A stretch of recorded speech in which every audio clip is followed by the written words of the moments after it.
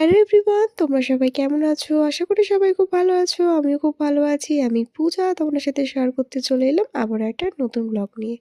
সরস্বতী পুজো কিন্তু চলেই গেল। তবে তোমাদের সাথে আজকে আমি শেয়ার করতে আসলাম আমি আমার মেয়ের হাতে খড়ি দেওয়া স্লেটটা নিজে হাতে কিভাবে তৈরি করেছিলাম। জানো তো, এবছর বলে নয়, এই কবছর ধরেই কিন্তু এই স্লেট পেন্টিংটা ভীষণ ট্রেন্ডিং চলছে। তাই সবার মতো আমারও খুব ইচ্ছে ছিল আমার মেয়ের প্রথম হাতে করে স্লেটটা আমি নিজে হাতে বানাবো। তবে এটা কিন্তু আমি দোকান থেকেও কিনে নিতে পারতাম, তবে আমার ইচ্ছে ছিল আমার মেয়ের যে স্লেটটার মধ্যে প্রথম হাতে করে দেবে তার মধ্যে যেন আমার হাতের ছোঁয়া থাকে। আর মাম্মাম যখন বড় হবে তখন ওকে এটা দেখিয়ে আমি বলতে পারি যে তোর প্রথম হাতে করে স্লেটটা কিন্তু আমি নিজে হাতে বানিয়েছিলাম। যাই হোক, প্রথমে কিন্তু স্লেটটার মধ্যে রেড কালার করে নিয়ে সেটাকে ড্রাই হতে দিলাম। তারপর এখানে দুটো ক্লে মিক্স করে বানিয়ে নিয়েছিলাম হাঁস, বীণা, বই আর ছিল একটা পদ্ম ফুল।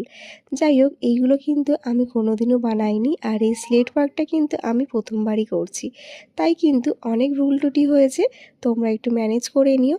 যে কটা কালার আমার কাছে অ্যাভেলেবেল ছিল সেইগুলো দিয়েই কিন্তু এইগুলো আমি কালার করে ফেললাম ড্রাই হওয়ার পরে। তারপরে কিন্তু স্লেটটা শুকানোর পরে এর উপরে আমি সাদা কালারের ফেব্রিক কালার দিয়ে কালার করে নিচ্ছি। আর তার আগে কিন্তু পেন্সিল দিয়ে আমি ড্র করে নিয়েছিলাম। জানি এবছরে কিন্তু প্রায় আমার মতন অনেকই নিউ মমরা এই হাতে করে স্লেটটা নিজে হাতে বানিয়েছো, আবার কেউ কেউ অর্ডারও করেছো। তবে আমার যেন মনে হয়েছে অর্ডার করার থেকে নিজে হাতে বানানোর একটা আলাদাই মজা বা আলাদাই একটা সৌন্দর্য।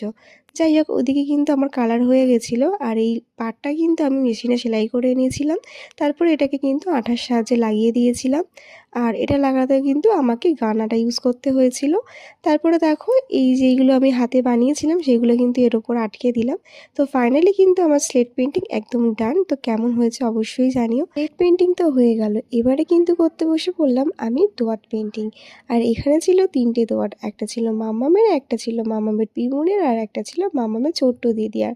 তো তিনখানা দোয়াতে কিন্তু আমি পেন্ট করতে বসে পড়লাম। আর আমার কিন্তু আগাগোড়াই আঁকিবুকি করতে ভীষণই ভালো লাগতো, তবে এখন যেহেতু অভ্যাস নেই তাই কিন্তু হাতটা একটু কেঁপে যাচ্ছিলো। তাই এই কাঁপা কাঁপা হাতেই কিন্তু সম্পূর্ণ কাজটা আমি কমপ্লিট করলাম। তোমাদের কেমন লাগলো আমার এই স্লেট ওয়ার্ক বা এই দোয়াতের পেন্টিংটা অবশ্যই জানিও। এখন যেহেতু এটা খুব ট্রেন্ডিং চলছে তাই কিন্তু সবাই ঘরে ঘরে এটা কেউ অর্ডার করছে বা কেউ নিজে হাতেই বানিয়ে ফেলছে। আমি তো নিজে হাতেই বানিয়েছিলাম। তো তোমাদের আমার কাজ কেমন লাগলো? ভালো লাগলে কিন্তু লাইক কমেন্ট করতে কেউ ভুলো না। আর সবশেষে একটা কথা না বললেই নয়, আমার কিন্তু মামামের এক পিমনিকে আমি এই সরস্বতী ঠাকুরের মূর্তিটা পেন্ট করতে দিয়েছিলাম। সে যে এত সুন্দর করে এটাকে পেন্ট করে দিয়েছে, তাই তোমাদের সাথে না দেখিয়ে আর থাকতে পারলাম না। যেহেতু আমার স্লেটে আর জায়গা ছিল না, তাই এই সরস্বতী মায়ের মূর্তিটা কিন্তু মামামের দিদিভাই